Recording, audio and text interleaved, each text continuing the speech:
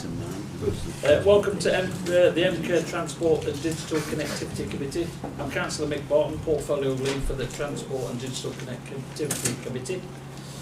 Housekeeping, this meeting will be live streamed. Your attendance here today is accepting that you will appear on. I've received apologies from Councillor Dinser and Peacock, and Councillor Penny is here to support. Are there any other apologies? No? Are there any declarations of interest from members? No? Can the committee confirm that the minutes of the meeting held on the 30th of October are a true record, please? Can I have a show of hands, please? Thank you.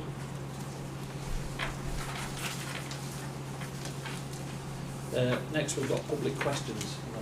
Is there anybody turned up to ask questions? I believe so. No. We'll move on from that if that's all right with everybody. Item 5, Transport Investor Programme Delivery Update, and I believe Alex is going to put this forward. Thank you, Chair. So we have two substantive items on the agenda today. The first one being the delivery update on this year's Transport Investment Programme, and then the second item, item 6, being the proposals for funding for future phases of the programme.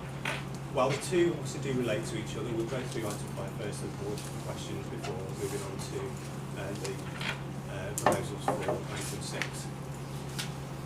The purpose of this report is to give an update on delivery of the investment programme that we agreed through this committee in February 25, subsequently formally approved by board in March 25.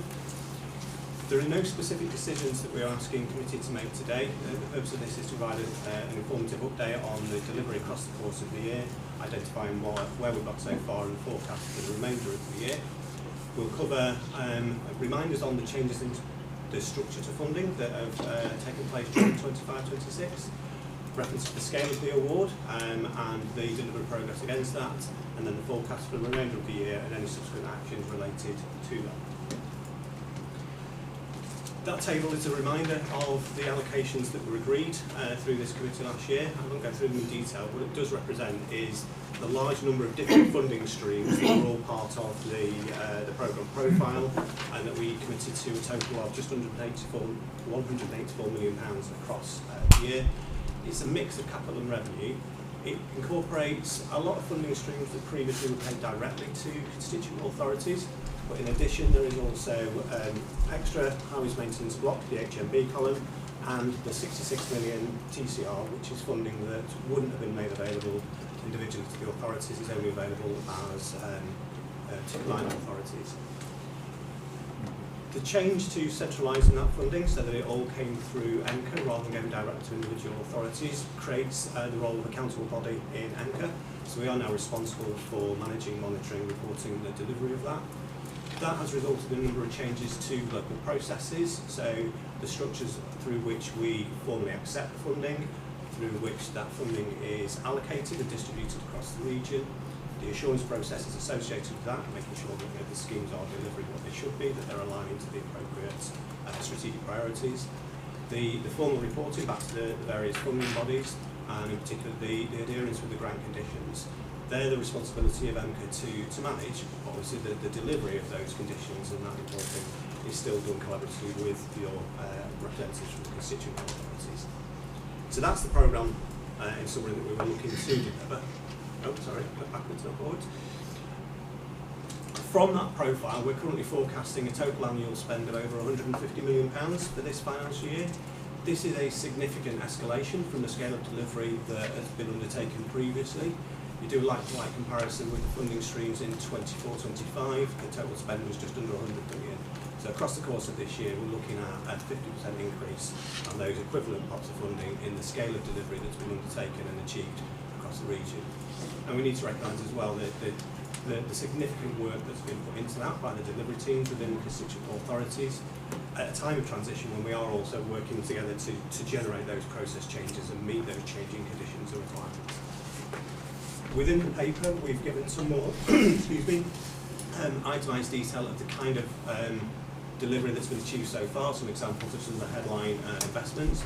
But just to summarise the type of work that involves, there's been continued delivery of those local investments that impact everybody's day-to-day lives. So those are the smaller scale community and neighbourhood-based schemes. It used to be called integrated transport block allocation, that are things that impact everybody's day-to-day journeys. There's been an escalated level of delivery in highways maintenance and network resilience. So on top of the £75 million that was the DFT allocation, this board agreed to commit a further £38 million to highways-based investment across the course of the year. So that is, again, a significant increase on what we've been delivering in previous years. We've been investing in protecting some of those critical assets, so individual assets such as retaining walls, structures, that if they're not supported can have very significant impact on potential closures of part of the network. Public transport passenger experience improvements, that's your real-time information, bus stop improvements, facility improvements at interchanges, the kind of things that make a material difference to people's experience and enjoyment of their journey on the public transport network.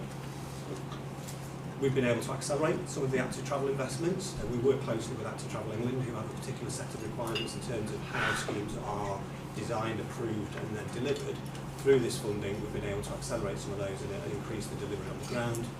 There's been a number of road safety improvements, and again they tend to be at that local level where there is a perception of risk or where there is data-led casualty issues, that we've been able to address additional areas to improve that risk. We've used money to leverage additional external funding. So this essentially has been a source of match funding for some of those external pots. So, for example, one of the schemes that we'll talk about in the later paper, or is referenced in the later paper, has £48 million worth of levelling up funding. In order to secure that, we've needed to provide a local contribution, and so this party has been supportive in doing that. We've been able to progress the growth and regeneration schemes. There's always been a difficulty in generating a pipeline of strategic and significant investments, because for a number of years authorities have been working on annual programmes, piecemeal funding 1 year at a time, and having to rush to get those programmes developed and delivered and completed before March 31st. We've been able to take a more measured approach and start that process of developing a more detailed pipeline. So that's the nature of the work that's been delivered across the course of this year, in the context of a significant uplift in the amount of funding to be delivered and that changing environment which is being delivered. The next steps of the programme, while the allocation was a single year allocation, we set off from the beginning with this as being the first year of a 7-year programme. It was never designed or intended to be a single isolated programme because of the assurance we'd had from DFT that there was 6 further years funding coming. Where we are planning to spend all the funding this year, there are no negative implications of that. The grant funding conditions for each of those streams do commit us to make that decision, and because we are part of a 7-year programme now rather than a single-year programme, we're not having that March the 31st deadline imposed on us. There's no specific pressure to rush to spend for the sake of spend. We can take a more measured approach and proactively manage the programme. So where we're looking at potentially £30 million of the funding deferred into next year, that's a conscious, deliberate action to make sure that we're spending it as well as we can, rather than as quickly as we can. Having said that, we would still want to maximise what we're able to achieve this year, so across the course of the remainder of the year, we will be working with officers to look for any opportunities where appropriate, where we can increase the benefits that are delivered through the realisation of this year's funding. And then on completion of the year, we will come back to committee with a more detailed report in terms of what has been done this year and how that then leads into this year's programme. So that's the update on the 25-26 delivery. I'll pause there for any questions before we move on to the next one. Councillor Swan. Yeah, thank you, Chair. Really, it's just a statement and observation of both, really. I'm delighted and pleased that Derby has received the funding via EMCCA that has allowed us to deliver some really good sustainable projects. Where I think EMCCA needs to be is a bit more promotion about those projects. I would love to see a little bit more billboarding delivered by EMCCA. I would love to see when there's a construction site. I think we've got one on Merrill Way, and I've noticed it's all been badged up with construction, but I want to see EMCCA on it, because we are delivering. People will see the difference, but they won't really connect it with the ability of this funding. So that would be my one ask. Thank you. Yeah, I agree with that. I think it's fair to say we probably don't make enough noise about what we're doing, about the success, and about the achievements that we're making, and so happy to to look further into that, discuss it with our constituents as well to make sure that we are celebrating the work and the effort that we've put in this year. And It needs to be on the street and Yeah. not online. Yeah. Thank you. Anybody else? Councillor Mellon. Thank you. Absolutely agree with Conrad's point there. I think we need to make the most of it, and that's something every level of government needs to be better at, I think. I really want to welcome the 7-year programme and being able to plan over a longer period of time. We've been used to very short-term planning for too long. I suppose the danger of being able to, as you say, be more thoughtful rather than concentrate on speed is that too much drifts. And I think we need to have the kind of incentive that short-term funding used to give us. You've got to get it done, but within a certain period of time. We've had plenty of time to think about, and somewhere else in these reports it talks about the pipeline being very overwhelmed with constituent authorities bringing forward ideas. So let's not hang around. I'm glad that we can plan over a longer period of time. It doesn't make any financial or business sense to have to do something within 1 year when actually sometimes that doesn't work, and it can be delayed by weather or construction companies changing or something. But let's not hang around. We need to absolutely get work done. It's going to make life better. We've got a big catch-up job to do. So I'm pleased that the government funding through the Mayor has actually enabled us to plan for a longer period. That's much more sensible. I'd agree with what you say about avoiding drift. There's a balance to be found between taking a measured approach and being certain and creating a backlog that you can't deliver or producing a shortfall in delivery. The funding profile has set amounts each year that we're going to receive in the actual payments from DFT, and it does grow significantly year on year. But that doesn't mean we have to focus exactly on that number. If we find actually there's an opportunity for us to accelerate things, then DFT are open for us to discussing and negotiating with them to bring forward funding. So I would support what you're saying there entirely in terms of making sure that sensible decisions are made, but they're not done in a way that then limits delivery on the ground. Councillor McKeown. Thank you, Chair. Just for me, just 2 points. I'd agree with David's around sort of making sure we get the speed of delivery right. I think for me there's an element of, if we're upping the amount of money that we're spending, then there's that capacity issue in terms of us being able to speed it up. But I think there needs to probably be a more measured conversation between the constituent members and EMCCA as to where that capacity should lie. Because to a certain extent, if we know the funding is going to be there for the next 6 or 7 years, then we should be upskilling and upping that capacity to be able to make sure we can use it. But should it be in each of the constituent authorities, which are going to go through an LGR process anyway, or does it make sense for that capacity to be in EMCCA itself? So, EMCCA's got the funding so it can get on with stuff. And just the second point, just in terms of some of the funding streams, particularly say around BSLIP, I think there's probably an element of sort of knowledge improving for the committee, particularly in terms of BSLIP, the bus service improvement plans. I know the intention will be to bring them all together, but at least for the sort of first year or two, every constituent authority has got a bus service improvement plan. I'm relatively aware of the Derbyshire one because I live there, but in terms of the other ones that we're suddenly becoming responsible for, I'm not as aware. So I think there's probably a job around upskilling the committee in terms of what's within those programmes, particularly as we start bringing them together in the mayor's transport plan. Yeah. With regards to the capacity, the increase in the funding is incremental. We don't jump from 180 million this year to 400 million next year. It does grow across the course of that period, and that's the level that we're talking about in year 6. It's about 420 million from memory. So it does give us the opportunity to grow our resources incredibly accordingly, but it is important that we are planning for that now, because that scale of investment will quickly become quite a huge challenge for us to achieve. The question of where does it sit? At a individual scheme level, part of the early stage processes when we're going through the business case assessments, it's also looking at that ownership. We've worked with the constituent authorities over the course of the last year to develop what we call the delivery model, and it's a way of ensuring that the right resources are available in the right places to deliver that scheme.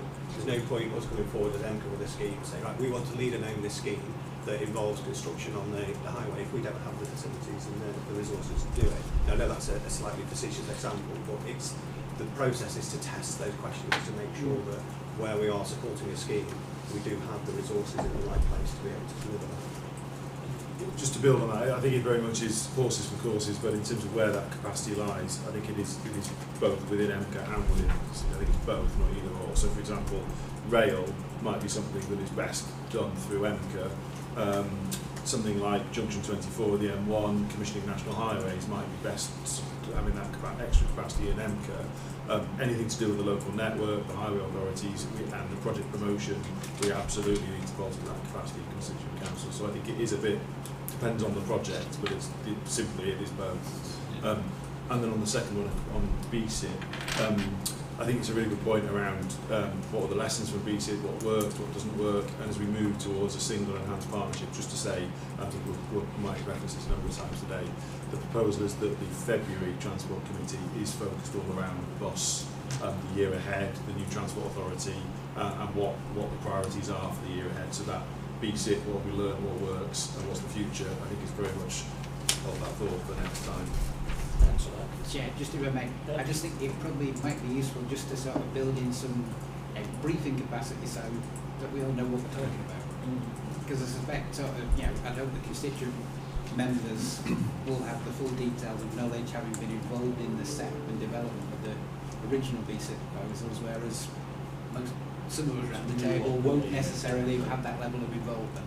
If it's helpful, we could do just an hour online in between time, offer a briefing. If it's of interest, you can join and we can do a bit of that in between time. I think that'd be a good I'll idea. take that as an action. Everybody's nodded, so we'd agree with that. Thank you. Anybody else on this item, Mayor? I mean, I welcome the progress that we've made, and I think looking ahead with a substantial amount of money that is available for schemes, I think the one thing I just want to reiterate is the importance of the constituent councils being partners in helping us to get this money out the door. And I recognise that in creating the pipeline for some of the projects, that the last few years as councils have not had sufficient funding, they've been restrained in investing in that pipeline of their own, and therefore when we're coming to them and saying where are the schemes that you've got ready to go, perhaps there isn't that level that there might have been had that been a long-term investment. And I think for us now is the ability to be able to go into these conversations with frankness and with openness on the part of all of our constituent authorities to ensure that where there are schemes that we all think might be quite a good idea, that we're able to look at how we get things moving quickly. Because the last thing that I want to see is, whilst we've got 6 years, 7 years really to spend this money, that actually we are unable as we get through those years and we're finding more and more money being banked towards the back end of it because we're not ready to deliver. And there is that balance between being able to do things that are short term and we can get out the door quite quickly, and making big decisions about the long-term future of the region and the infrastructure and transport opportunities that are available to them, and doing them at a point in the cycle that creates a level of confidence around the rest of the region. Because clearly those big investments are going to be about the growth in general. They're going to be about sending the messages out to businesses about where that investment is going to take place and whether or not they locate their businesses there, and whether or not we see further investment coming into the region. So there is a really important message here about us all sharing that responsibility to work to get the money out and to be able to deliver. We are not the delivery agents, you are. And so we absolutely need to be partners in this, and I hope as Mayor I send that very clear message to all partners that I want you to engage with us, because we're all representing the same people and we're all representing the same areas, and they expect us to just do the right thing. They don't actually care who does it. I often don't know who does it. It comes back to the point that you've made earlier, and that's why it's important that we stick very close to each other. Thank you. comments? Oh, there There's is. this lady. Sorry. Oh, sorry. First, yeah. No, it's okay. It's Councillor kind of Williams, I been didn't see covered. your hand up, sorry. No. It's kind of been covered. The fact that we need to think about the bigger strategic projects as well as the, I would call them easy gains, but sort of like very localised things where people can see a tangible difference. But I think the strategy is what we absolutely have to get right as part of the transport plan is concerned. Thank you. Councillor Bion? Okay. Nottinghamshire County Council are pleased to see recognition in the reports that the current levels of maintenance funding are insufficient. Recognition in the report that the current levels of maintenance funding are insufficient to halt the deterioration of the 4 constituent authorities' highways networks. Annex 1, page 45 notes that Notts County Council's maintenance backlog is estimated to be 391 million and that the steady state funding required just to maintain the current condition is 82 million per annum. We are supportive of the approach proposed, in particular the pragmatism of confirming decisions that can be made today, whilst giving more time to be more considered with the outstanding, more complex matters. We are also supportive of confirming 3 years of funding. We're supportive of option 2 in the report, including the increase in baseline funding for maintenance to match Councillor Bion, this is on the next item. That's what I thought, yeah, indeed. Yeah, we're not on there. Yeah. Sorry, you're just a bit ahead. I've got to agree these recommendations on the last one. first. One moment.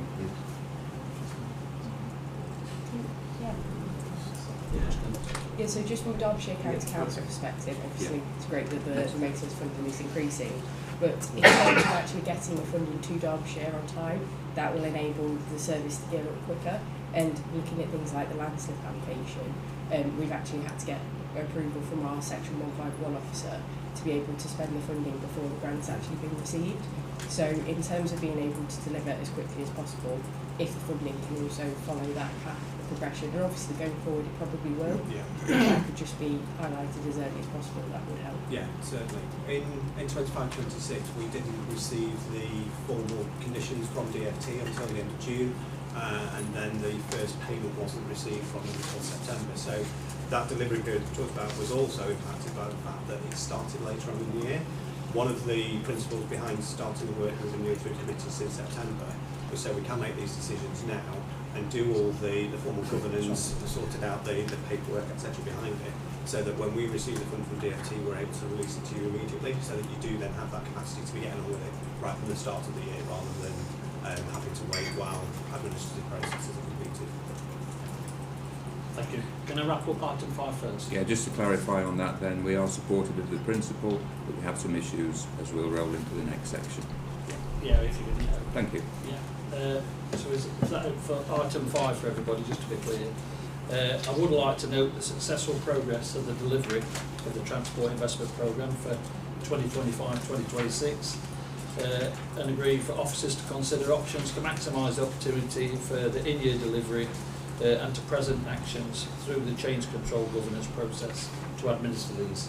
Are we all in agreement with that? Can I have a show of hands please from members? Thank you. And with that we'll now move on to the next item, item 6, Transport Investment Programme, and I'll invite Alex to put this forward please. Thank you, Chair. So the second paper is the sort of the latest milestone in the work that we've been doing through this committee that we started a bit more in earnest in September last year, looking at the options for funding through the next phase of the investment programme. The purpose of this paper is to agree on a range of named allocations which would then be recommended to MCA board in April for formal approval. The allocations that are included for decision today are those that are required either for the continuous operation, so that is the day-to-day, the highways maintenance allocations, the things that are needed to continue running on an ongoing basis, or named schemes where there is a particular negative implication if we don't confirm the funding now. So we will go into more detail in the papers with the examples and the reasons for those. The requests covered through the period up to 28-29. The reason to look a bit further ahead is to make sure that we are allowing that longer term resource planning. So we felt 3 years was a suitable period, as discussed previously at committee, to enable that longer term resourcing and that schedule to be done particularly with things, again, like the maintenance programme, where year on year that lack of certainty has meant that there's been a limit on how much resource capacity can be created within the authorities. What we're not trying to do, and I think it's an important point to make, is we are not trying through these decisions to commit all of the funding. So if, assuming all of the proposals on the paper today were supported, there would still be further funding available for the periods 26-27, 27-28 and 29, and we've not looked at any of the allocations from 29-30 through to 31-32. As Councillor Mellon mentioned before, through the workshop in December, we did receive a significant number of applications, around about 80 proposals that came forward that vastly oversubscribed the programme and led to a point where it wasn't suitable through that process to be trying to make decisions. That led us to taking that feedback from the workshop and altering the process. So the focus today is on what decisions can we make or what decisions do we need to make now, and then there'll be a further process where we'll look at all of those other proposals. Nothing has been declined or removed from opportunity. Against that available funding, against again the continued development of the Mayor's Transport Plan, so that we can then come back to committee and ideally at the April 2nd meeting with proposals for how we then address the rest of those requests and sequence those against the funding that's available to us. So that's the purpose, the principle of this particular paper today. Just as a reminder of the principles that we have agreed previously through the September discussions where we had around process, the October discussions we had around priorities, and the feedback from the December workshop. There's a number of principles that have been the basis for the recommendations that come forward today. And those were that we would commit to a minimum of 75.7 million per year for highways maintenance for the next 3 years. That figure being based on the allocation that DfT had used when they were calculating our TCR award. Just with reference to that, sorry, I probably should have mentioned previously, all of the allocations we've talked about today are from the Transport for City Regions award, which is the 2.038 billion. There was a letter issued just before Christmas, which was appended to this paper, that talks about some of those other funding pots, which smaller, less significant funding pots, but do form part of the overall transport settlement for the region. We're not looking to discuss those today. This is focused on the next stage of the sequence of things that we've talked about through September, October and December. We will obviously reference those other pots of funding in that process coming back to you in April. So, sorry, coming back to the agreed principles, so we agreed to a minimum of 3 years of 75.7 based on the value that had been subsumed into TCR. We also agreed to continue funding those local community and neighbourhood investments, what was previously called integrated transport block, and again at the level that had been used by DfT when they were calculating the total pot for TCR. We committed to a minimum level of investment in integrated public transport of 21.2 million per year. That was based again on the DfT formula. They've used that value from the bus services improvement funding to add into the pot for TCR. So all three of those historic allocations have been subsumed into that £2 billion, and we agreed that we would at least maintain those levels. As come up in some of the previous questions, we did agree that we would use early years funding, in particular the revenue allocations, to support the development of pipeline of more strategic transformational projects that can then be delivered in the latter part of the programme when the capital funding that's available to us is significant enough to support those. And then finally we agreed that we would consider a range of schemes to apply against the remaining allocation, and that's the process that I've referred to a couple of times for everything else that's been put forward, which will be part of the next stage presented back in April. And on that we will be working with all the authorities across that period to ensure that the process and the prioritisation that comes out of that has been collaboratively agreed. So those are the basis of the principles on which the options are moving forward. Now, with regards to asset resilience, there are two options that we've got, and we're asking for committee to make a decision on which of those two options we should apply. Each option is based on matching a level of funding from the 25-26 period, but with a 5% uplift for inflation applied, just so that in real terms there's no reduction. Option one is the standard highways maintenance block allocation of 75.7 million, which DfT provided to us as a separate allocation in 25-26. That option uses the DFT existing formula, which has been in place for a number of years, which takes into account a number of criteria specific to each individual authority, such as road length, pavement access, and other factors, and distributing that 75.7 million plus inflation using that formula. So that would give us a programme where the maintenance allocation for this year matches what DFT would have given us if they were giving us a separate pot. Option 2 is a like-for-like match on what we actually allocated in 25-26. We chose through committee and board to allocate a further £38 million in 25-26 to maintenance activities. So option 2 matches that amount again plus the inflation uplift. The values that have been applied in there are based on this year's allocation for each authority. So the principle behind that is that every authority gets at least what they had last year. There's no year-on-year reduction in the maintenance allocation awarded to each authority. As an aside to that, there is still available funding. If an authority wants to come back and say, we're happy with that, but actually we'd also like more, and we'd like that to be an option considered in the next phase of the programme, agreeing to this now wouldn't preclude that from happening. But at the moment, those figures are based on matching what you had last year. So those are the two options that we are asking for committee to make a decision on, and which one we should then recommend to NCA board in March. Councillor Woodins, we haven't finished yet. Oh, sorry. We haven't finished yet, but do you want to? No, I it's don't fine. mind now. No, it's fine. At the end of the paper, I do come back and sort of Yeah. summarise all the asks, so if that's okay. Yeah, no with you, problem. question there. Thank you. Sorry. You took a breath, Alex. I leapt in. Don't. Okay, right, I'm going to do the rest of it in one long sentence. Without any point. And then I'll pick him up at the end. Yeah, you may need to brace yourselves, this is going to be quick. The community and neighbourhoods allocation, so this is, again, using a pre-existing DFT formula that they use when calculating each individual constituent authority's award when they used to pay them to you directly, with an inflation uplift.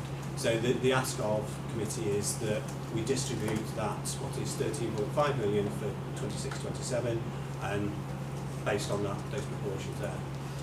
Sorry, something again I should have mentioned. The inflation uplift that we've agreed for 26-27 will be reviewed on an annual basis. So while we are asking for, in this instance, 13.5 million for 3 years, what we will do prior to this point next financial year is discuss with finance colleagues and determine what the relevant and appropriate inflation uplift would be. So it could be that next year it's 14 million, the year after it's 14.5, but that's the basis we're asking, is that that's the next 3 years, and we will factor in inflation where appropriate. So apologies, I hadn't made that clear earlier on in the presentation. So that's ask 2, to agree to that distribution of the integrated transport, or what was the integrated transport block funding. For integrated public transport, we have agreed through board committee, that we would commit to £21.2 million per year for the next 3 years. There is no specific decision being asked on that today. We have had a number of proposals put forward that come under that theme of integrated public transport and beyond the £21.2 million that we'd identified as a minimum. All of those schemes, when they come forward, they've identified that they don't have that immediate pressure. A decision doesn't have to be made now. We can include those in the next phase of the considerations. And so they will be part of the stage 2 process and taken back to committee in April, where we will look to determine that £21 million that we're ring fence, these are the main schemes that we're putting or proposing to put underneath that. So that's just to reaffirm that we haven't forgotten that principle, but it's not a decision we're asking you to make today. The third decision we are asking you to make is those schemes where there is an immediate need for an allocation to be agreed. Within the proposals that come forward, there are a number of schemes where not making the decision now or waiting for the next cycle to go through would have disproportionate or excessive negative impacts on the delivery or the opportunities of those schemes. It would result in either the schemes being stalled, and often a 3-month delay can be in agreeing something can lead to a 9-month or longer delay in delivery, or schemes that would have to be stopped because if we don't have the funding in place by a certain point, then other conditions can't be satisfied and we will lose out on the opportunity. I won't go through each individual example. In the paper we have provided an explanation for each of the individual schemes and why we are proposing that we make that commitment now. The kind of reasons that are included in there. They are contractual commitments, so we can't release a contract for delivery of a scheme until we've got the full funding in place. So while some of that funding may not be needed until later in the year or possibly the year after, the contract needs to be released quite immediately, otherwise we miss the delivery opportunities. There are some of the pieces that are around delivering things around schools, which really need to be done in the summer period where the schools are closed. If we don't make the agreements now, the sequence of events that then need to be followed can't be satisfied in time for that delivery to happen in the summer period. Where there is a need to secure external funding, so the deadlines for submissions to DFT or EMCCA require us to demonstrate that we've made a commitment to our local match.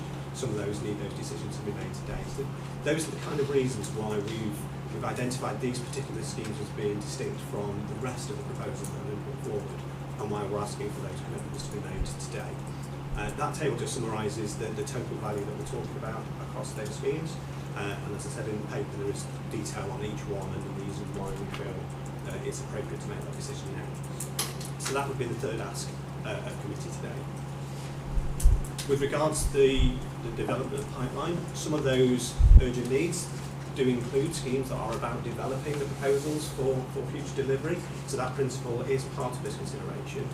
But we also, assuming all those proposals are agreed, we do still have about half of the revenue pot for this year and the vast majority of the revenue pot for the next 2 years still available. So as part of the phase 2 considerations, we can continue looking at that pipeline.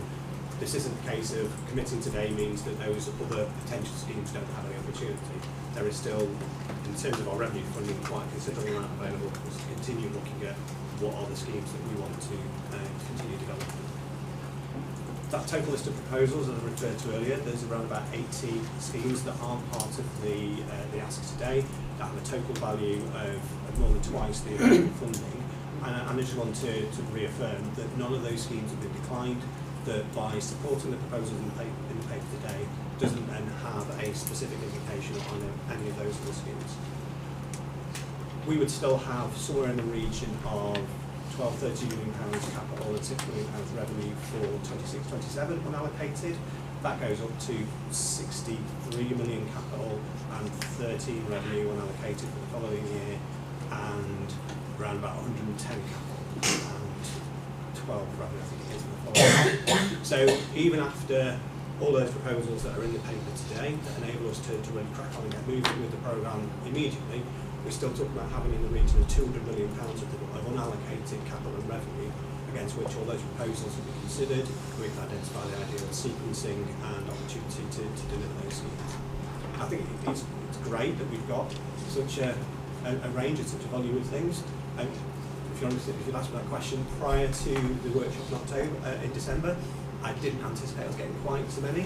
My expectation was probably around about half that number. So the scale of ambition is great, but it does give us that challenge in terms of how do we prioritise that, how do we ensure that we're sequencing it appropriately. And that was one of the key learnings from that workshop session in Derbyshire on the 4th of December, was that we do need more time to consider these, but what is absolutely important is that the process hasn't excluded everything, so there's nothing that has lost its opportunity because of the asks that we're making of committee today. So just to summarise what it is we're asking for, so there are 3 key decisions that we're asking committee to make today, and that is to decide whether we support option 1 or option 2 for the asset resilience, to agree to the distribution as identified for the communities and neighbourhoods investments, and to agree to those list of capital revenue schemes that have the more urgent needs that we've identified in figure 4 of the paper, and then to, it's maybe not a decision for today, but just something to acknowledge for today, is that we will be coming back with a process of proposals for the rest of the schemes that come forward. Thank you, Alex. Councillor Williams. Yes, thank you so much. Councillor Bingham. Sorry, Councillor Bingham, I've got you next, if you did want to speak still. Well, I'm quite happy to join the queue, I don't mind. That's all right. Councillor Williams. Yeah, thank you very much. Yes, we would agree the allocations in the paper. It's really good to, as you say, when we did our workshop before Christmas, to see the level of projects that are actually coming forward. And we're very happy as well to see the immediate needs, including our Streets for People. It's also good to see the government bringing forward its new road safety bill as well, with the additional measures in that. As far as the community and neighbourhood allocations are concerned, again, I think that's something that people find really valuable, because I think it's important that when people see the benefits of infrastructure, it's something that comes into their neighbourhood as well, that they see the local benefits of the transport funding and initiatives that have gone forward. So we're very pleased to see the community and neighbourhoods allocation as well. And I think it's the right thing to do to leave the integrated public transport stuff to April, because, as you say, you have a huge amount to consider. I also want to just briefly mention the massive success of the Ride app, which was launched for Nottingham and Derby, and of course covers journeys that go into Nottinghamshire and Derbyshire as well. I think we've had 4,000 people sign up to the new Ride app, and everyone who's using it is saying how fantastic it is and how it makes their public transport journeys quicker and more efficient. And I also, I really hope that that's one that can be prioritised within that investment pipeline going forward, as far as extending it, albeit I know it's like a huge piece of work. As they said at the launch, it's a bit like a swan. It works like a swan, but underneath there's a massive amount of work that's taking place to make the actual app function well. But in relation to the maintenance grants, I think because of the fact that we have had this historic underinvestment in the state of the region's transport zones as far as maintenance is concerned, and we know that there's been a massive deterioration of the network, partly because of extreme weather, the excessive rain we've had, the heat waves that we're having now as well, partly because cars that are hybrid cars or electric cars are actually heavier, and so they are taking a further toll on the roads. We would support the option 2 as the right approach to actually get that investment started. And I think the point that my colleague Councillor Mellon made earlier about we need to get going with these things, because there's such a lot of a backlog to deal with as far as that's concerned. And I know people are very, very concerned about potholes. Patching can very often be a temporary measure, patching a pothole. We are trying to move resources to actually resurfacing roads as a whole and resurfacing pavements as a whole as well, because cyclists use the roads, because pedestrians have to cross the roads as well. And so, although, as I say, it's important to carry on the work that's done, I think the need is very much there to actually front load that funding out to get these programmes started and try and bring things up to standard. I think the heavier road surfaces that you need are more expensive anyway, in order that they are more resilient to the climate pressures and the heavier transport pressures that are out there. Thank you. Alex? Yeah, thank you for that. I appreciate the clarity on the third option and the reasons, the justification for that. The point you made about the need to work more on preventative maintenance rather than the reactive. The Appendix A that was attached to the paper was written in collaboration with the Highways and Eastern Four authorities, and it's very much talked about that need to shift the perspective. There is a need for reactive maintenance, and sometimes that may need something that is done today because there's a significant problem there, and the fast solution isn't the long-term solution, and there are occasions where we may need to go back, but the more we can lead towards preventative maintenance and stop those problems occurring quite so badly, then the better it is. And that is certainly in the planning and the principle behind that paper that the Highways need to go forward. Thank you. Councillor Bingham. Thank you. Just to, I think, reiterate at the start, we've approached this whole support negotiation at this stage collaboratively, cooperatively, and from a strategic level in regards to integrated transport across the region. However, we're pleased to see the recognition in the report, as I said earlier, that current levels of maintenance funding are insufficient to halt the deterioration of all 4 constituent authorities' highway networks. We're looking at a standing still type situation. Annex 1, page 45, notes that Nottinghamshire County Council's maintenance backlog is estimated to be 391 million, and that the steady state funding required just to maintain the current condition is £82 million per annum. We're supportive of the approach proposed, in particular the pragmatism of confirming decisions that can be made today. Seems a little hasty, but we know we're operating to a tight time scale, whilst giving more time to consider the outstanding and more complex matters. We are also supportive of confirming 3 years of funding. Notts County Council is supportive of option 2 in the report, including the increase in baseline funding for maintenance to match the 25-26 allocations plus inflation. However, we draw attention to the fact that the proposed allocations for maintenance still falls far short of the steady state funding requirements for Nottinghamshire County Council. We note that of the 4 constituent authorities, we are the only ones allocated less than their steady state funding requirement. We don't want to take anything away from the other 3 authorities. We recognise the importance of them being able to clear their backlog of maintenance. We're supportive of the named projects listed in figure 4 for the other 3 authorities. However, we note Notts County Council are underrepresented in this regard also, with only allocated 19% of the capital funding and 12% of the revenue funding allocated. And we also note that there's still approximately 12.5 million of capital and 6 million of revenue funding still unallocated. Given our lack of representation in the figure 4 list and underfunding of maintenance, our very clear expectation is that all remaining unallocated funding will be added to further bolster the maintenance funding and close the gap with the steady state funding requirement. That would still make us 22 million short of our target there. Thank you, Councillor Bingham. Right then.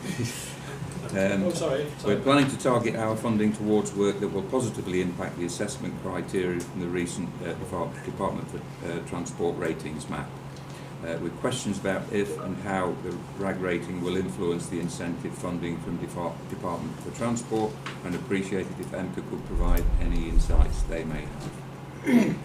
I'd like to move, and I don't know the procedure here, an amendment that we support option 2, but that the unallocated capital and revenue that I've just referred to is allocated to Notts County Council for maintenance.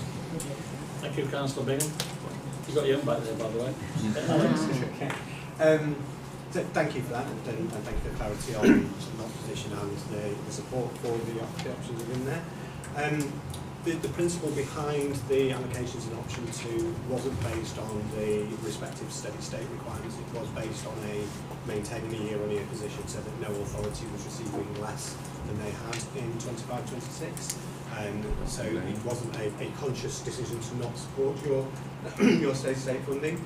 With regards to the ask around the remainder of the funding, the unallocated funding, there's nothing in the processes we're proposing that precludes Nottinghamshire from saying we would want to put forward further maintenance as part of that. Obviously, it's not my position to make any decision on that. What we've talked about today is a process through which we will prioritise against all of those options, and so that would be, as an officer, my response to that particular query. I also appreciate the comment around the support for the items in option 4. Again, the principle behind those wasn't based on equity or a set allowance for individual authorities. It was identifying the schemes on a scheme-by-scheme basis which had a particular need. And so we hadn't looked at that in the context of, is everybody getting a fair share? It was more a case of, is there a reason why, a justification for that particular scheme needing a decision to be made today, as opposed to it being okay to include it in those wider considerations. When we do end up with a full programme, so as I mentioned, another £200 million worth over the next 3 years that's part of that next stage, we wouldn't commit to saying we will share this on an equitable basis, because I think it undermines the principles of having central funding. It undermines the advantage that we've got of having a significant part of funding and a long-term view. But we will look at that to make sure that we haven't inadvertently massively compromised somebody. So we wouldn't want to look at it and say that end programme and go, by accident, we've not supported anything in Nottingham City Centre, just as a made-up example. So it's not a principle of equity. I'm not making a commitment that we will balance it out and make sure that everybody has a certain amount, but we will recognise the fact that we need to ensure fairness within that distribution. Okay, thank you. I mean, we do, the figures don't lie, we've got the figures, and we're the only ones not just slightly in deficit in terms of maintenance. You know, it's hugely so, which I'm sure we'll be happy to share the figures with you. I'll make a final point. I think back on the other points. You mentioned the RAG ratings that were released at the weekend. Obviously, these papers had already been written and published before those came out. We will be working, we will be supporting the authorities in conversations with the Department of Transport, because we want to understand in more detail how those were reached. Now, we do understand the information that each of the highways authorities provided to DFT as part of their transparency processes in June and October last year. What is less clear to us is how that then has translated into those particular ratings, and whether or not some of the specific issues and varying environments in which each authority is operating has been recognised. So we will be working with the authorities to help understand that, and using our contacts within DF2 to help try and get a better understanding of what that position is. Within the paper, in reference to the highways maintenance allocation, we also identified that we will be looking to do a piece of work to look across the region at the value for money, the innovation that we're applying, the best practice, the benchmarking, get a more detailed understanding of how those maintenance programmes are being delivered. And I think that will be really helpful in terms of responding to those RAG ratings as well. And this is a personal opinion, not a full one, but I feel there's probably things that are being done that haven't been captured within that process, activities that are undertaken within the authorities, and by doing that local analysis process, we can highlight those, we can draw them out and use that as part of our discussions and conversations back with DFT, and where appropriate, challenge those ratings if that's what the decision is. Thank you. I would say this wouldn't have it with our relationship, our ownership of our via partners, via East Midlands, who also do work for Derbyshire, for example. I think it is acknowledged that we're ahead of the game in delivering results in terms of operations. Thank you, Councillor. Councillor Ross. Thank you, Chair. I think the principles are that this body, this committee, should be looking at the East Midlands, well, Derbyshire and Nottinghamshire as a whole, and making our decisions based on need, and not sort of pushing things by area. But equally, if there is any perception that some areas being left behind, then the public trust in EMCCA will falter, and we need to avoid that as well.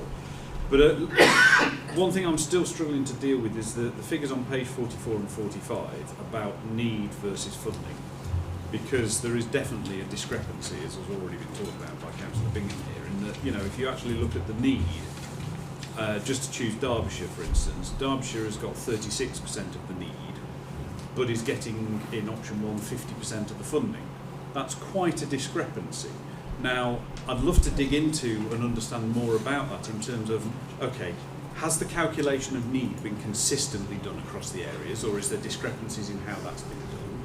You know, is that DFT formula that's given that funding correct? And actually Derbyshire, for instance, spends its funds so much more efficiently that the need is less? Or is the DFT formula incorrect and we should actually be using our own intelligence around need? And that therefore is making it difficult for me to choose between these options, because there is a clear discrepancy between the DFT formula and the need values. Why is that different? And if we don't understand why that's different, we aren't necessarily, we could be going to Derbyshire and going, tell us your best practices, because you're clearly spending it far more efficiently. Or is it actually that the DFT formula is disproportionately giving more money to Derbyshire where there isn't actually as much need? Yeah, so I appreciate I'm possibly repeating the point that I just made to Councillor Bingham, but the values that are in the paper weren't based on the needs assessment, they were based on a principle of year-on-year match, and that was through a lot of work that was done with the highways authorities, and the clear position they were taking was that we don't want to be seeing a reduction year-on-year. That would be something that would be unpalatable to us, and so that's why we chose that particular option rather than using the needs-based as the justification for it. The calculation of that backlog was done slightly historically, so it's not something I've got any personal insight into. I know the highways leads that did it, but I couldn't explain to you exactly how that was done. It was done as a collective piece though, so there was collaboration across the 4 authorities to agree the principles and the processes through which they were doing it. It's not a case of Derbyshire applied Formula A and Nottinghamshire applied Formula B and like that. The DFT formula is widely accepted as a very detailed formula to take into account an awful lot of criteria. Again, there's so many in there, I couldn't list all of them right now. We'd be happy to draw that information from DFT and share that. My feelings on is it right or not, I think it's a fair question to ask. I think the intelligence that we would need to actually test that and tell you that would be quite a sizable task. That doesn't mean we shouldn't undertake it, but would prevent us from being able to make any allocations for the start of 26-27 year. We do, as mentioned, have a considerable amount of unallocated funding for the subsequent years, and so as part of the ongoing review of the maintenance programme, we factor in an element of testing that formula, and if that proposes changes, then we can bring those back at a later date to discuss. Because I just think there is clear discrepancy there, and I don't want to end up pushing money in such a way that we preserve discrepancy in the region. We should be making sure that there is a consistent approach across the whole area and consistent quality across the whole area. Thank you. Councillor McEwen. Thanks, Chair. And no sort of councillor comments. I think longer term we can have that more detailed look and sort of work out where the discrepancies are and what the balance is, but in terms of where we are, in terms of getting the budget ready for a good kick-off early on in the year, I think to my mind option 2 makes the most sensible option is replicating what was available last year, but with a note that we need to do that work to make sure that we are allocating funding to respond best to the need that's out there. I think for me there's a little question. Again, whilst I'm happy with the allocation, there's a little question for me on the communities and neighbourhoods investment funding, partly because to a certain extent you can see with the highways, with the general repairs funding, it sort of makes sense that sort of the size of the places match the funding, whereas for the communities, neighbourhoods funding, sort of Nottingham City, Nottinghamshire and Derbyshire have all roughly ended up with sort of more or less the same amount, but Derby Cities is considerably lower. I wouldn't want to see any of those figures reduced, but I just want to understand more why there's that discrepancy. There's a little bit for me, I would have thought the 2 county figures would be a lot higher than what they are, and the 2 city figures to be somewhere similar, so I'd want to understand more around what's the difference. Is it because in one particular area they've been more efficient or had a more historic programme of sort of doing work in those particular areas than some of the others, so that's why it's the way it is? Or is it something else, just to get that greater understanding? Happy with the immediate figures listed on figure 4. I just had a question on the Darley Bridge scheme, which you may or may not be able to answer. It sort of reads as if it's a scheme that's sort of under active development, but it says it won't be ready to sort of for the next stage of doing anything until 2029, which to me seems, what's the bit missing there? I appreciate it may not be one that we can answer from an MPA's perspective, but it just seems there's something missing there, that if it's a scheme active in development, why is it going to take another 4 years before it's ready for the next stage? And is it again something then that we need to factor in for future budget rounds in terms of sort of the money to actually do the work rather than just developing it. And then lastly, just the same comment as I had at the transport workshop, there are schemes missing from, I know from a Derbyshire perspective, there are a number of local schemes that in some cases are historic schemes that for whatever reason have not made it through the filter list. And I suspect it's probably the same for others across that patch. So whilst I appreciate the work that's been done by the constituent members in bringing that together, don't forget the rest of us. There are some schemes that haven't appeared on that list, and there are some of them that I know that there has been long partnerships to try and get some of those schemes to where they are now. So what's happened? Thanks.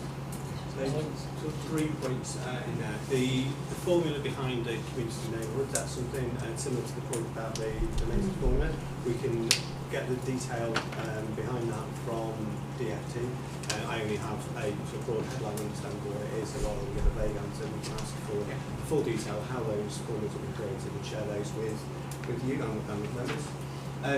With regards to the Darley Abbey Mills schedule, my belief is that sort of the answer to the question is probably in the appendix document, or I would need to read through it to the schemes for me to be able to obviously know the details. So offline I will go through that and I'll find an answer to that question. I think in headline terms, it's a very complex. When you go out there and you look at it, you think, oh, that'll be easy. But Bridget, it's just a lot more complex, and I think people realise, and colleagues from Derby might be able to provide more information. But I think there's land ownership issues, there's access issues. What looks simple is far from simple. It is a complex project. I think it's that. Thank you. And the final point about schemes missing, took that feedback from the workshop in December, and we have asked through the current protocol of the constituent authorities engaging with districts for us to make sure that those schemes are being captured. The second stage process is not closed, so while I've talked about the 80 schemes that are on the table, that doesn't mean that we can't have further considerations into there. So that opportunity and that chance to get those schemes recognised within that process is still there. And so I will, through colleagues within the constituent authorities, make that clear again and ensure that we capture them. If we go over chat offline, just so maybe specific ones you'd like to make sure we can put them that would be helpful. Thank you. Councillor Walker. Thanks, Chair. A couple of things. I don't think I can support the amendment that's just been thing. I think it's not this meeting to deal with that. I think we've got to rely on the professionalism of the officers that's done the work up to this point. Just a question on the option 2. I think I did mute this in December, which I can support, but are there any unintended consequences to supporting that? Because is it taking money from somewhere else that we could spend somewhere else, if you like? While I can support that, I think.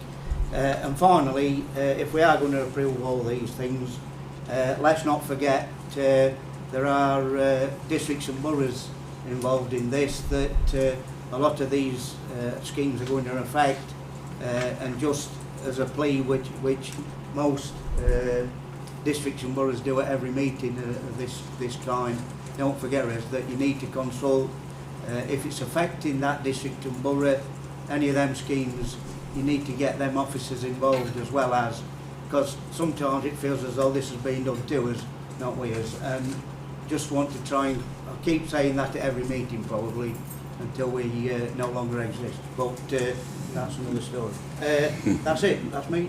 Thank you. With regards to the first point, the opportunity cost of the enhanced that's a good point. Opportunity cost. Enhanced allocation. Essentially, that money, that extra money, that's circa £40 billion.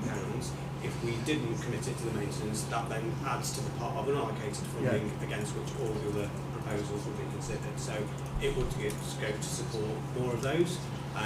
But if we take Councillor Bingham's comments, when we're looking at that list of options against that extra money, it's quite likely that what will come back is further maintenance that's within there. So that makes sense.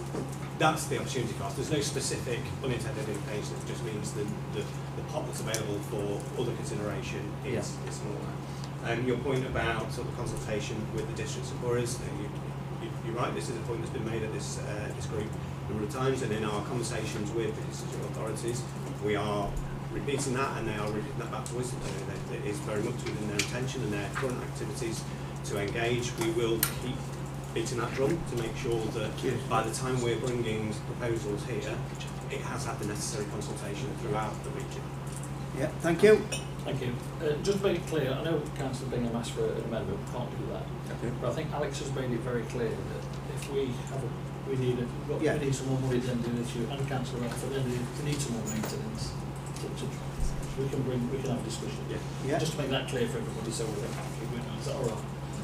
Tom, did you? Yeah, thank you, Chair. Just a few general points on highway maintenance. I think we really need to acknowledge that highway authorities have been underfunded for a number of years, and the impact of that is acute at this time of year. We all experience that, whether we're in a car, whether we're in a bus, or whether we're riding on a bicycle to where we need to get to. So that's from my perspective, the overall impact that we're seeing in terms of the degradation, the impact of the road surface and the condition of the road network. It was referenced the DFT formula. Like many formulas, I don't think it's perfect, but that's what we have, and that's widely acknowledged across the sector as the mechanism for how highway maintenance funding is distributed. So from my perspective, that is the only and most sensible way to distribute funding as we stand. I think we want to work very closely with the experts. That will be highways authorities, that will be on a regional and national basis. There's lots of innovation going on in this space, and we as a strategic authority, we want to convene and support and promote a lot of that innovation to support our constituent authorities. And then finally, there will be additional funding streams from government outside of the typical sort of highways maintenance. We are aware of a Bridges and Structures Fund, and that's something that we'll be discussing and exploring with the DFT to see whether and how we can present and promote our areas where there are specific and acute issues in respect to bridges and funding. And just as a further point, I think what Alex has put forward in terms of recommendations is a practical way forward as we stand right now. Thank you, Tom. I've got Councillor Barker next. I've been. Oh, sorry. I ain't crossed you off then, sorry. I'll go again if you want. Sorry. Councillor Swan, sorry. Yeah, I want to touch base on a few things. It's been a really interesting conversation we've had around this table with different opinions on various subject matters. But in terms of the DFT formula, whilst there might be an ideal to unpick that and understand it, I think for now that's all we've got to work on, and that's what we need to do, because we can't be in a position where we're going to unpick a DFT formula and put ourselves in a position where we can't draw down funding. So whilst I think it's an interesting point, I think what we've got is what we need to work on. I'm pleased to say that the recent rating, you will have seen that Derby is the only local authority where they got green for innovation. So if you want to talk about innovation, please touch base with our team. I'm sure they'd be happy to share their expertise on that matter. We're all in the same situation. Years and years of decline of funding has left all our roads in a state of disrepair. And we all know that that impacts people's ability to move around our communities in a way that feels safe and often cared for. Potholes on roads just make us feel that actually nobody really cares. And you've only got to look at social media, and that will be people's primary concern. Despite the fact that there's huge implications around health and social care, it will be roads. So we have a very prominent position and opportunity in this room to make that difference. And on that basis, I don't think any of us are going to vote for option one. I'd be very surprised if anybody put their hand up and said we want option one. So I think that would be an easy vote. But I want to pick up on Derby City Council's position with regards to neighbourhoods and communities. There is an extremely low figure there. We've already been working with all our wards across our communities, and we are ready with a 3-year plan for each one of those wards. But in order to deliver that, we need more funding. So I don't know whether there's an opportunity or scope to increase that community neighbourhood. And I'm not just suggesting Derby City Council here gets a little bit more, although obviously I would like that, but I am here in the spirit of EMCCA. So if there is any possibility to have a bit of leverage in terms of changing that, because that really will matter to people. So our highways maintenance is absolutely imperative, but the work we can do in our communities and show that EMCCA is actually making a difference will be phenomenal. So that's my point. And in terms of the Darling Mills Bridge, we're in a position where we've got a bridge that supports local businesses, so we've got local economy, we've got businesses at risk of not being able to continue, we've got flood risks where we've got people who, in the event of flood, cannot get out. So it's not just a bridge. This bridge is a gateway in UNESCO site, so there are lots of complications, and it is fundamental for business growth and community safety. So I thank you for people supporting that. And if there is an opportunity to accelerate some funding, it's a very dynamic situation with potential real environmental impact. We would love the committee to support us on that. Thank you. Thank you. So a couple of points to my comment. The Green for Innovation, yeah, absolutely. It's part of the response to those road races and letters. We will want to bring all the authorities together to share any expertise and understanding and opportunities there. Your officers have talked about the 3-year programme for communities and neighbourhoods. They've been very clear in terms of the importance and the value of that. The opportunity to increase allocation is the next stage of the programme. So the proposals that we've received, your officers have already provided details to us in terms of what that would mean to them, and that will be part of the consideration. So rather than, in similar vein to the response to Councillor Bingham earlier on, looking at something that varies the existing formula, the opportunity to increase that allocation is still there through the allocated formula. Thank you. Councillor Mellon. Thank you, Chair. A little bit similar to other people. I think the point that Councillor Ralph made earlier about the credibility of the combined authority is really important. And that's on 2 levels. One, that we've got to be seen to be doing things, and I think there's a good plan here that across the region there are things happening, and they're going to happen more quickly. And then there's the factor about, is it a fair distribution? Now, I agree with Carmel that actually we need to keep to the DFT formula, but I can't claim to understand them. You know, at some point, the cities are maybe having, the counties are getting 2 or 3 times as much as the cities. In other places, it's like 5 to 7 times as much in the counties. And I do question whether the backlog should be the biggest factor, because backlog talks about the previous management of the highways. We've all suffered from underfunding, but obviously some people have bigger backlogs than others. So I just would maybe gently suggest that perhaps we could have a bit of a session. It might be a bit of a nerdy session, but to understand the formula a little bit more, because I think otherwise we'll all forever be saying, I want a bit more. Which is what the conversation has been today, on different levels, because sometimes we're winners, sometimes it feels like we're not as winners. So maybe that could be something that over the future we could, just to understand the formula a bit more, which would then give us perhaps a basis on the future to alter them if we need to. Getting that agreement will be difficult because, you know, we've got 2 big counties with long roads, some of them heavily used, some of them not heavily used, and we've got 2 cities which are, most of the roads are heavily used and many people travel into them. So we're dealing, as we've always thought when we started this work on coming together with a combined authority, with apples and pears, and making that fruit salad is not always easy. Thank you. Alex? Yeah, absolutely. I'll take that as an action in response to both Councillor Ralph and yourself's points, and we'll look at both the highways maintenance and the former integrated transport plan formulas, just to understand what those are and whether it is, like a nerdy session outside of the normal committee meetings, or if there's a report meeting. We will agree that with you, how best to present it back, but we'll take that as an action for us too. I think it'd be helpful for everybody. Be random. Yeah. Okay. I've got Mr. Simpson next. Thank you, Chair. This is a pitch more to you as elected members than to EMCCA officers. As I listen to this, it seems to me inevitable that there was going to be a sort of mile scrap over who gets what slice of the cake, given the Mayor's success in delivering to us a much bigger budget than the region has enjoyed for decades. And so there's a celebration in that scrapping. However, can I just make a pitch for there being some time at a future committee meeting that reflects on a different question. It comes out of the consultations that the Mayor initiated over the transport plan, which I think are fantastic, and I want to thank members and the authorities for the parts that they're playing in facilitation of that consultation with local communities.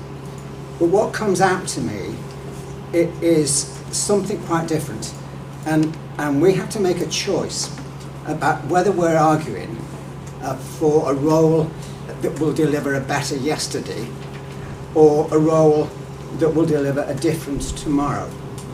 And I say that because in the meetings that I'm doing around the region, what comes out are not arguments in favour of more work on more potholes, but how was the plan for being able to move around more securely and effectively in the region tomorrow. And communities are raising quite difficult issues. Every part of the region has quite ambitious housing obligations in terms of new developments.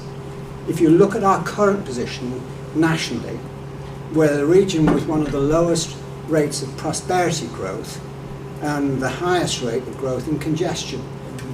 The expectation is that the new housing developments could throw an extra 50,000 vehicles onto the existing roads. And planning for a better yesterday is not going to reduce any of those problems. And so what I wanted to ask is whether we can put aside some space to look at whether, as a region, we need to radically rethink how transport will work in this region over the coming decades, and whether there are lessons from other parts of Europe which are prioritising the growth of greenways, active travel and public travel priority routes that allow for rapid transit without increased congestion and diminishing air quality issues, which affect all parts of the region. Thank you. I can only speak for myself, but I don't look at yesterday or last week. I always look forward, and that's why I do the job I do. You've got to be positive. That's why you're looking back. You can learn from looking back, yeah. But you've got to be positive about looking forward. So, Alex, do you want to come back with this? Have you got anything to say? I know you said it from a member's point of view, but that's where I am from a member's point of view. Has anybody else got anything to say? No. That's this one. I think that's a great reset, actually, and I am really hoping that the Mayor's consultation will tease out some of that finer detail. You're absolutely right. I mean, I had a meeting on Tuesday about transport in Derby City. It's problematic across all our regions, congested roads, etc. So whilst we're talking about maintenance in this particular meeting, I absolutely agree with you. The vision for the future of the region is absolutely paramount. So I think we're all on board, just how we get there. And I can only speak for myself again. We have definitely got a plan in Nottinghamshire. We're going to improve things going forward. You know, regarding the things we're talking about here today. I've got you next specifically to speak on your own position, just on Mr. Simpson's things, if that's all right. I've got Councillor McEwen next. Thanks, Chair. Having travelled from one end of the region to the other today by public transport, I'd agree wholeheartedly with what you said. I think some of that will come through when we move on to start developing the Mayor's transport plan. I think part of the challenge, though, will be there is that huge backlog of issues from underfunding that we've had for so long, and there is a need to tackle some of that before we can move on to a better future. But I think that's the importance in terms of the schemes that are listed in the overall plan, and making sure we've got all of those schemes in, because I know there are some, and it may well be that in some cases some of those schemes are lost in the details or summary headings that have been put there, but I know there are a number of schemes that have been flagged, particularly around more sustainable travel or access to sort of walking routes, etc. that I know work's been done on them, but they just don't appear on any of the lists anywhere so far, or at least from the information that's available, they're not appearing there. So I think there is that particular job to do in terms of assessing and looking at what comes through in terms of the responses to the transport plan, but then also making sure that transport plan can address those issues. Thanks. Thank you. I've got Councillor Woodings next. Yes, I was just going to say that you know, the formula, as I say, we had issues with the formula when it was changed under the previous government to prioritise length of roads rather than usage of roads, because, as I say, the city has some very high usage roads. But the one thing I did want to come back on is that the expert sitting in the row behind me tells me that the neighbourhoods and communities allocation is based on the integrated transport formula from the DFT, aligned with your active travel rating and capability as well. So Nottingham recently had an active travel 3 rating. I think we're one of the 11 authorities with the highest rating in the country for active travel. But that is at the end of a long period, I'm going to say 20 years, David, of doing things that were not necessarily on the face of it popular. They were initially unpopular. First of all, we kept our bus company in council ownership, and that is still the case today when everyone else was franchising out. So there is a level of influence over the bus company. Second of all, the workplace parking levy, which actually paid for line 2 of the tram and the rest of line 1 of the tram. You know, cycle lanes are never popular with drivers, but I now get a dashboard through which shows that you build a new cycle lane and everyone will say, oh, nobody cycles down there. Well, of course they don't. Of course they don't, because it's dangerous. You have to be brave and carve out separate space, safe space for cyclists to cycle, and then you will have multi-generations cycling as well. You'll have younger people and children cycling along with their parents, and you'll also have an older generation of cyclists with their assistive e-bikes as well doing that. But we put the scheme into Porchester Road recently, and it was press released, and the comments underneath were, nobody uses it, nobody's going to use it, nobody's going to use it. The usage of cycle lanes, once you introduce them, starts off slow and then soars as time goes on.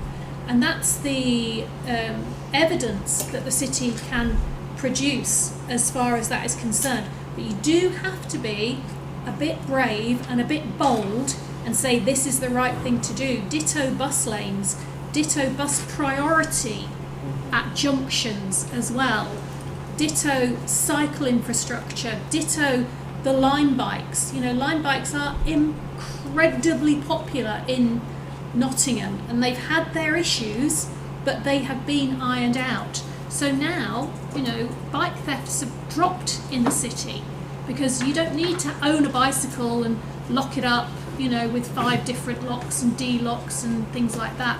You can just hire a bike from your corner, cycle it into town and leave it there. The scooters, the e-scooters, massively, massively popular. The regulated e-scooters. And they are all, as I say, the people who use them are the most accountable road users in the country, because they are individually identified and GPS tracked on every journey that they do. And if they break the rules or cause an accident, they are sanctioned by the companies and eventually banned as well. And we know that happens. So it does take a bit of political courage to actually say, this is what we're going to spend this money on, and this is what we're going to bid for. And as I say, the funding formula for communities and neighbourhoods is actually based on partly on your track record and partly on your levels of patronage for public transport. So just to answer that question as well. Thank you. We're still on Mr. Simpson's part at the minute. Yes. Have you got ones on Yeah, I just want to... And then we'll wrap that one Yeah, in terms of Councillor Woodings, just backing that up, in terms of bus lanes, look, you know, across all our communities, we will know that bus lanes are a both opportunity, but also a challenge, political challenge. So it does need bravery when you've got the space. And our bus providers will tell us exactly where those pinches. It's not like recreating the wheel. So the information is already there. Our bus providers that go from Derby City across to Nottingham or Derby across to Derbyshire will tell you exactly where the problems are. that just as a direct result of not putting something in and listening to the evidence rather than the noise would create a better regional experience for all our communities. Thank you. Next. Thank you, Chair. I just wondered whether we could make more of the new DFT connectivity tool that came out in December, because that's a tool that's used to would help impartiality over decisions over project allocations, but particularly in the tool it looks at things like how well locations are linked to essentials like healthcare, education, workplaces, shopping, leisure, and it creates a score by things like walking, cycling, and public transport. So I'm just wondering whether there's an opportunity maybe to use that tool to view some of the things that you've mentioned, but also to use as a part of assessment of projects being put forward. It particularly works well on growth projects because obviously it helps to inform those decisions. And the other good thing about it is there's a public-facing part of the tool, which a community like a connectivity tool like, which the public can use as well to look at their own area, to look at the challenges in their area, and actually to identify, what the impact would be of changes and the investment and the like in respect of those different areas of connectivity. So maybe that's something worth, if it's not been picked up already, it's something worth looking at as part of the future assessments. I do know that colleagues who are running the programme to deliver the next transport plan development have been using that tool as part of the evidence-based development that they've been doing. In terms of individual scheme proposals, we don't prescribe what tools, what assessments people should do, because there's a risk in doing so that we're prescribing the ones that don't quite fit each individual scheme. But part of the assessment that we do and part of the information that we're given from promoters is what testing they have done, what assessment they have done. I couldn't give you a number for which haven't been using that tool, but I appreciate you've highlighted it and raised it again, because it's a reminder for me of one of those things to have on the list of things to be checking whether or not it has. Thank you. Thank you, Mr. Simpson. We're back onto the main options now agenda. So, Councillor Rowe. Thank you. Just a few points. One, reiterate the point around districts and boroughs. Councillor Bingham, you mentioned that Nottinghamshire wasn't particularly well represented in the scheme. And, we've talked previously about trying to improve constituent authorities convening the district and boroughs and helping populate that through, because I don't think it's been done well in the past. So just to reiterate the point again of EMCCA and constituent authorities, don't forget districts and boroughs. We've got a wealth of local knowledge and information. Another point, I saw the news yesterday about this new rail route between Liverpool and Manchester, and my heart once again sank, and I was incredibly frustrated that once again East Midlands per capita investment from central government has been on the floor for decades. What the heck are we doing? And not to put you on the spot there, Claire, but how can we break through that glass barrier that we seem to keep hitting against in terms of the local area?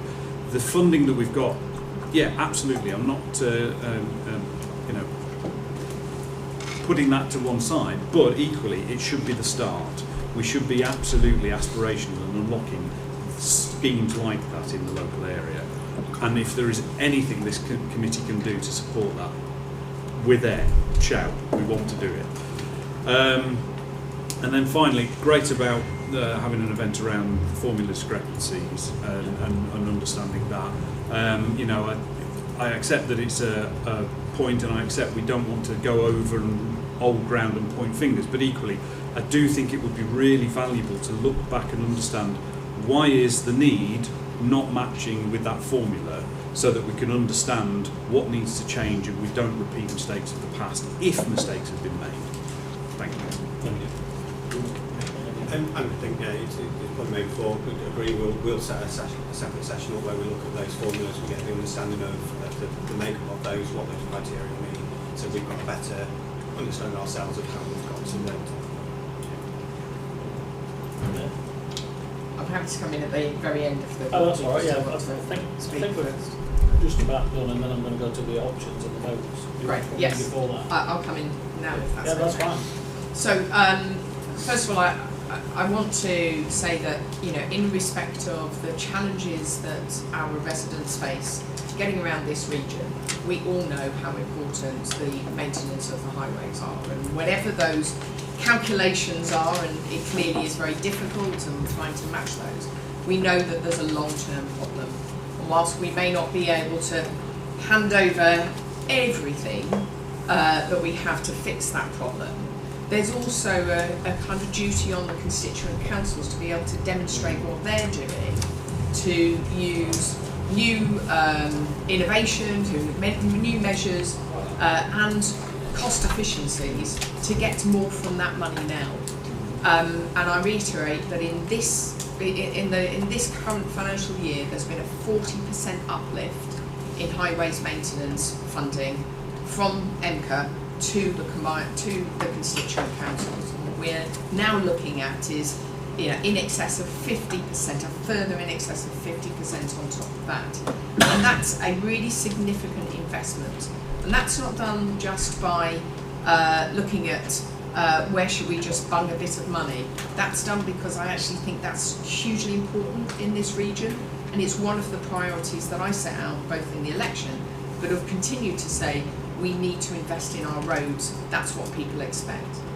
But let's also be clear that whilst those responsibilities about how you actually deliver that and use that funding to get the most out of it, when we've got a set amount of money, and when we use it for that purpose, then we're not using it for something else. And we've got to have that conversation about what are the other things that people feel are equally important in order to be able to improve their transport options in this region. And that comes back to that discussion about what those long-term potential is. So it is all about balance, because I want us to be ambitious in this region. I want us to be looking at different transport systems, different opportunities. As we grow as a region, as we bring some of that growth into it, we don't just all want to pile more cars onto the road to sit in longer traffic jams and have more challenges as a result of that. We've got to be thinking about our freight transport policy. Actually, you know, when we balance some of those factors, the cities probably don't see as much of the freight traffic that the counties see, which damages the roads, even though they have more traffic using some of those roads. So there's so many different variables in the factors that we need to look at. But there's also a consideration about how and why we use that money. Now, we are currently, in other parts of EMCCA, in discussions with national bodies about what we do on the visitor economy and the things that we can bring into it. It won't be, trying to find the right words here, it won't be a surprise shortly that we are a really good place for big events that can take place, that require really good roads in different parts of our region, well, the reason why I'm being slightly cautious here, I'm going to suggest to you that you might want to watch this space in the next 24 hours. But Get me a ticket. But getting our roads and having a commitment from our constituent councils that the balance of bringing big events into our region and everything that comes off of that means they've got to be willing to put that money up to make sure that our roads are at the state they need them to be. So I make that point because you will understand in the next 24 hours why I suggest that. And then finally, to come to the point that Councillor Ralph made, yesterday there was a big announcement on Northern Powerhouse Rail, and I don't begrudge the mayors of the North the investment they need, because that's their job, is to make the case for it, and investment in the North is required across there. And many of our residents, particularly in the northern parts of our region, are accessing Sheffield and they're accessing Manchester, and they want to see that benefit. And actually, if you look at some of the announcement, there is something that will benefit in our region on that kind of top end of Derbyshire, potentially, because actually the corridor between Sheffield and Manchester is really important in rail links. So there are things in there. but we should also be using that as leverage to say we've got other good schemes that we want to partner with government and we want support out of the DFT and Treasury. And I make no hesitation to go and bang that drum, but collectively we need to get those schemes right. We need to decide what that investment is. And so it comes back to making sure that we've got that balance between investing in the roads in the short to medium term, a good amount of money, getting that right, and investing in things that are actually going to change what we do around transport for the longer term and those big opportunities that we have here. So I very much support option 2 because I think you need more money, and I think we should be collectively shouting and championing the fact that we've got more money and we are collectively making that decision to put more money in to this region. So I'm very pleased that we are in this place. Thank you. Me personally, obviously, option 2. Just for clarity, can I have a show of hands? The people who does agree with option 2, please. Thank you. Before I move on, I should have done this at the beginning. I know he's already spoken, but I'd like to introduce our new Director of Transport, Tom Woodley. Welcome. Thank you very much. Hello. Pleased to be here, thank you. If it isn't on the papers, I don't read it. Can I just say, is okay to just say, thank you for the welcome. I must say I found it very welcoming joining EMCCA, and in the next sort of few weeks I'm really keen to get to know you a bit more, to get to know obviously the constituent authorities, including the highways authorities. We've got a really big task ahead, but we've got some really good people within EMCCA, and yeah, really nice to see you today. Thank you. And just to formulate the recommendations, we need to approve the submission to the March 2026 EMCCA board for the proposals for the transport investors identified in these papers, confirm the allocation for the transport invested for the options presented in paragraphs 3.4 to 3.13, an agreement to consider the options for the remaining unallocated funding at the April the 2nd meeting, 2026 committee meeting. Can I have a show of hands if we all agree with those, please? Thank you. That ends the business today. Thank you all for attending. Thank you for your indulgence. Thank you.